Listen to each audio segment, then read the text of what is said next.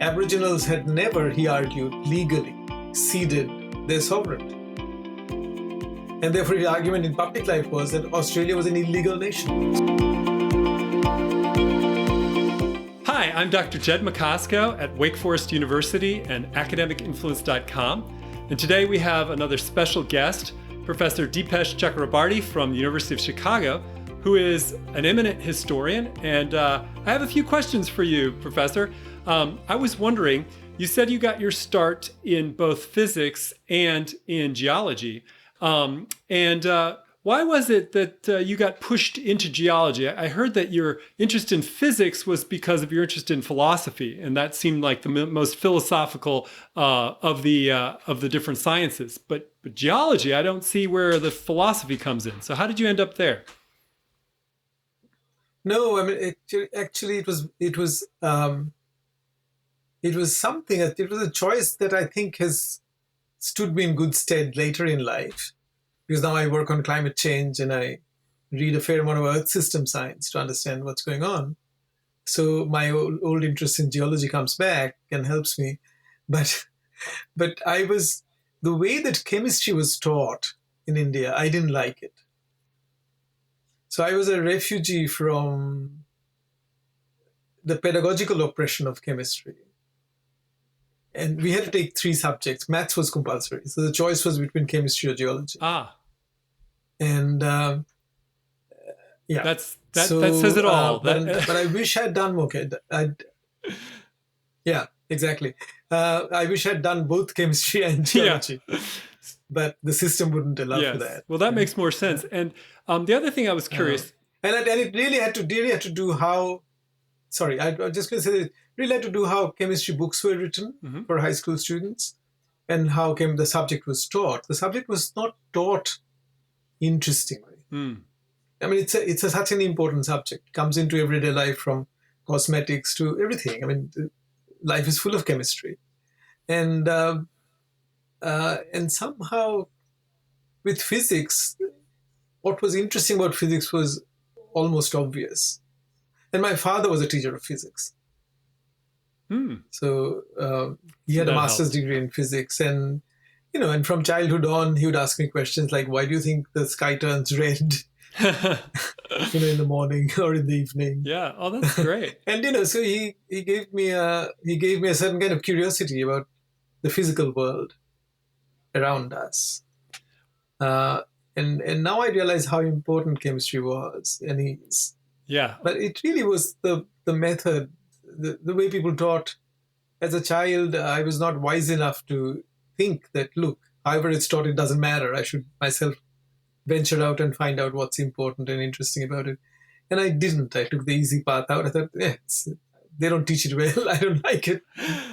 I'll try out a new subject. So you became a refugee of... And I enjoyed geology. Yeah, I'm glad. That's good. And then... Of the way the subject was taught. Yeah. Mm-hmm. Wonderful. Well, and then when was it that you left India to live somewhere else? And was the first place you lived in Australia? In Canberra. Because I went to do my PhD there. Okay. And how long did you stay?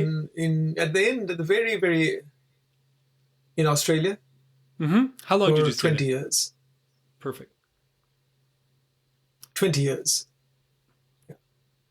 So I did my PhD, and then there were no academic jobs.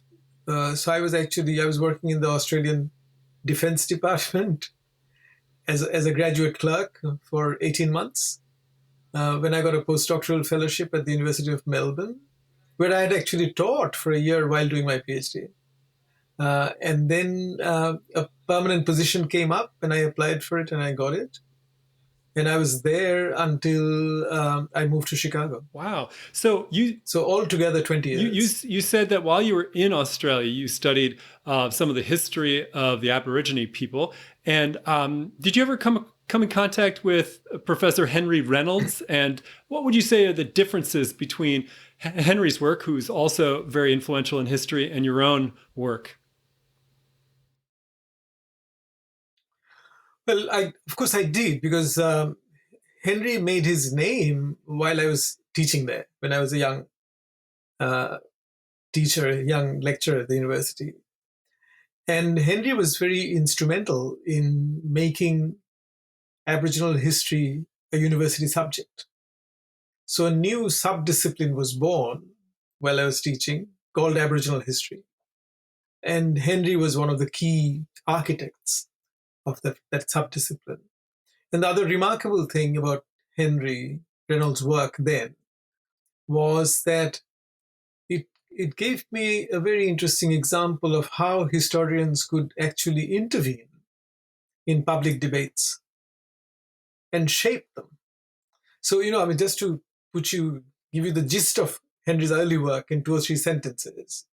So he was the first person who claimed that Australia was not won peacefully from the Aboriginal people. So he documented over the 19th century some 100 instances of small and big Aboriginal wars of resistance, resisting white people's occupation of the land. And he, according to his counting, he said at least 20,000, if I remember the figure right, Australian Aboriginals died resisting white occupation.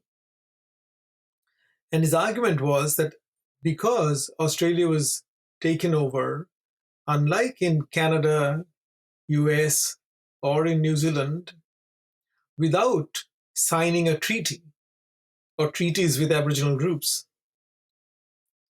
Aboriginals had never, he argued, legally ceded their sovereignty. And therefore, his argument in public life was that Australia was an illegal nation, that white Australia had no legal basis. And you can imagine the kind of debate it would give rise to. And therefore, he was arguing that I can prove as a historian that there's no legal basis to the nation because you didn't sign a treaty. And therefore, you should now sign a treaty retrospectively,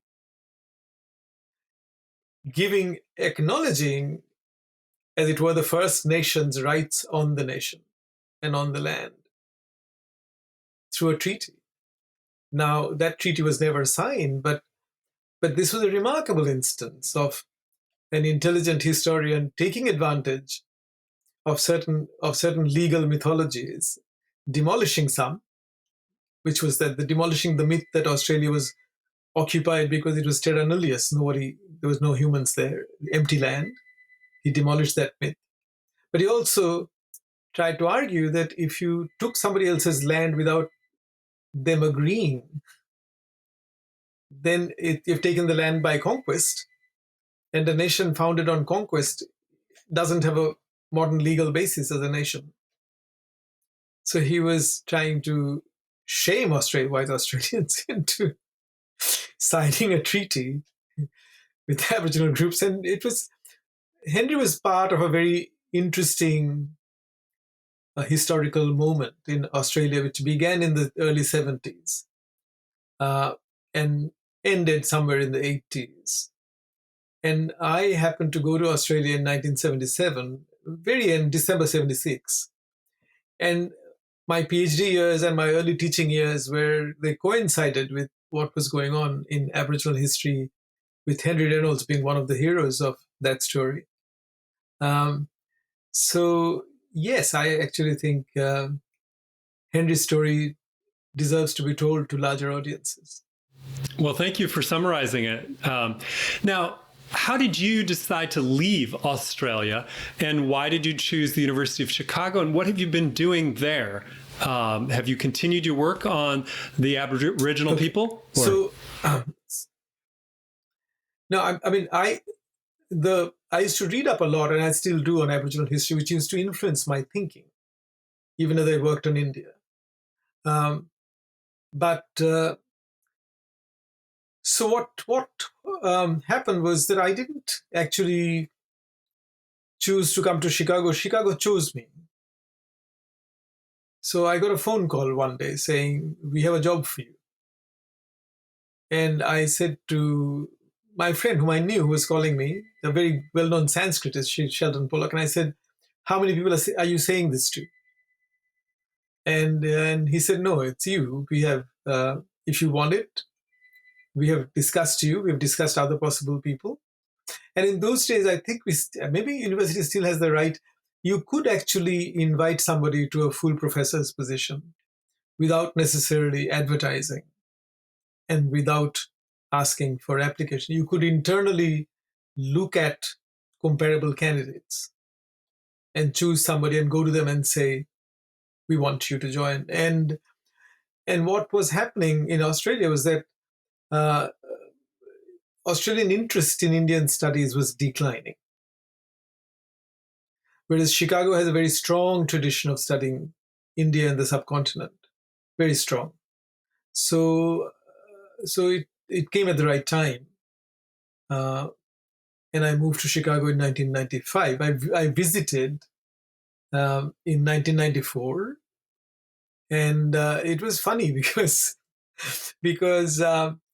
I came here to teach for a couple of quarters, and and even though they had told me they had a job for me, I think they were looking at me, which I didn't realize, and they were expecting me to look at Chicago, and I wasn't quite looking at Chicago, thinking, okay, this would be nice, whatever. And I still remember they wanted me to give a talk, so I said to this friend Shelly, I said, so is it a job talk? And he said, no, no, no, it's not a job talk. You just give a talk and people will come and listen to you and we'll have a reception. And I was actually working on a chapter on a book in the library and I only had library notes. So I gave a talk based on those notes, thinking I'm just sharing some of my latest stuff that I haven't quite even written up into a chapter. It worked out. Obviously. Good. That's really So it was good. actually a very nice way to get a job. That sounds very pleasant. And did you change your studies a little bit, moving from India to Australia to the United States? After coming to Chicago? Yeah. Or have you always really studied the history? I did. I did. Okay. Go ahead.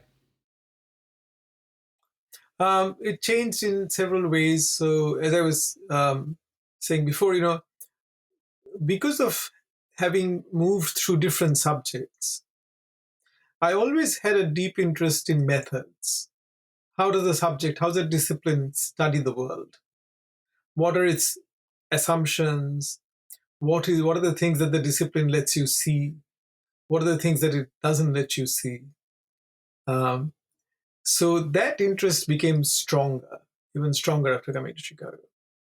Because one of the things about Chicago social science and humanities is that everybody is interested in the history of knowledge, and everybody is interested in the history of disciplines. So that's a kind of the Chicago tradition of being interested in knowing how did anthropology come to be what it is, how did history come to be what it is, how did physics come to be what it is, how is 17th century mechanics different from how you might look at the world today.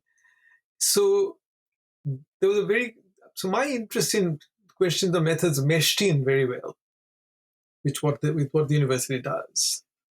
And the other thing that was a very different situation from my experience of working in a public institution like the University of Melbourne was that in Melbourne, there was always a committee that was looking at the courses you were proposing to teach. So you officially had to make a proposal to teach a course. And sometimes the committee would tell you, but no, so-and-so is teaching it, there's an overlap. Whereas in Chicago, there was none of that. So you just had an idea you wanted to teach, you teach it. And if there are 5 people teaching courses on Hegel, then there are 5 people teaching courses on Hegel. And students have a wonderful choice. If they wanted to study Hegel, they have 5 good professors teaching Hegel, and they get 5 different points of view on the man. So those sorts of freedoms were wonderful, um, and it's a more intense place. And the other thing that also changed for me was that increasingly, in moving from India to Australia and then to US, I became aware more and more of what is specific to Western European intellectual traditions. So, and therefore, the whole question of how Indian traditions may have been different became of interest. So the more self-aware I became of the particular aspects of European uh, intellectual history and European ways of thinking, the more it helped me to understand the differences, and more it helped me to understand what were the influences that the British rule actually had in a place like India, and what did Indians do to make those influences their own, to kind of incorporate them into their own sense of life, tradition, practice, institution, and go on. So in some ways, coming to Chicago, it both deepened my interest. It allowed me to deepen my interest. And, the most interesting thing about Chicago was, and still is, that humanities constitute a distinct division in Chicago, academic division, from social science. And so the institution has a very strong sense of how social science is different from the humanities. Whereas in Melbourne, it all came under Faculty of Arts. So here, sometimes I would teach the same text, let's say the Communist Manifesto, in a social science class, and then in a humanities class. And in a social science class, you will discuss the arguments. You'll say, okay, so how did Marx and Engels think society would change? What was their argument? You discuss that. In a humanities class, you might say, so what's this genre called the manifesto? Who was the first person to write a manifesto? How is a manifesto different from a poem or from an essay? So Chicago made me much more aware of both the differences and the connections between what we call the social sciences and what we call the humanities. So I would say Chicago was much more of an intellectually self-aware institution. Most of my colleagues are encouraged to think of these questions, and some come prepared to, and they're probably hired because they think of these questions. So there's a tradition that keeps reproducing itself of a deep interest in how knowledge is formed. So it actually allows you to pursue some philosophical questions, even while you're working as a sociologist or an anthropologist or a historian or whatever. Wow, that is really interesting.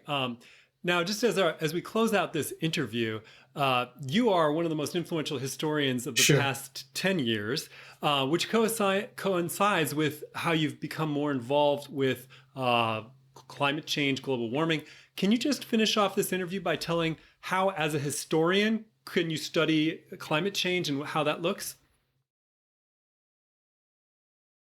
Well, I mean, I've just finished a book which is actually in press as we speak. I've just got the page proofs. It's called "The Climate of History in a Planetary Age," and I'm arguing that human beings are moving into a historical period where, whether you think about it or not, we are becoming more and more aware, because of the crises we are going through, of facts about the geology and the biology of this planet. So if you think about the pandemic, for instance, there are certain things that have to do with globalization, the expansion of human economy, the destruction of forests, the crisis of wildlife, the fact that wild animals are coming closer because we are pushing them out of their habitats, and then they're coming closer to us. There's all that which you might call part of the global history. But then there's also the question of virus, and particularly the coronavirus, which is an RNA virus, which has lived in bats' guts for a long time. And then, because it's moved from one mammal to another, it gets pre-adapted for human cells. And that's about evolution. So Anthony Fauci actually has a very nice statement in one of his academic papers. He says, if he's quoting another scientist, and he says, if one were to write a thriller about the relationship between viruses and humans, you would want to call it Their Genomes versus Our Wits, because they're much more ancient than we are. And he says you can't tell who is in the evolutionary driver's seat, right? So I'm saying that we are becoming more aware of this planet and how it works. And in that sense, we are entering what I call a planetary age, which may one day see planetary governance, or at least in some aspects of lives. Wow. Well, thank you so much for taking time. So that's Yes, it. thank you. Yeah. Yes, Thank you very much for taking the time today. being interested in my work and for You're interviewing welcome. me. It was our pleasure. Yeah. Okay. Thanks, Jed. Bye. Bye.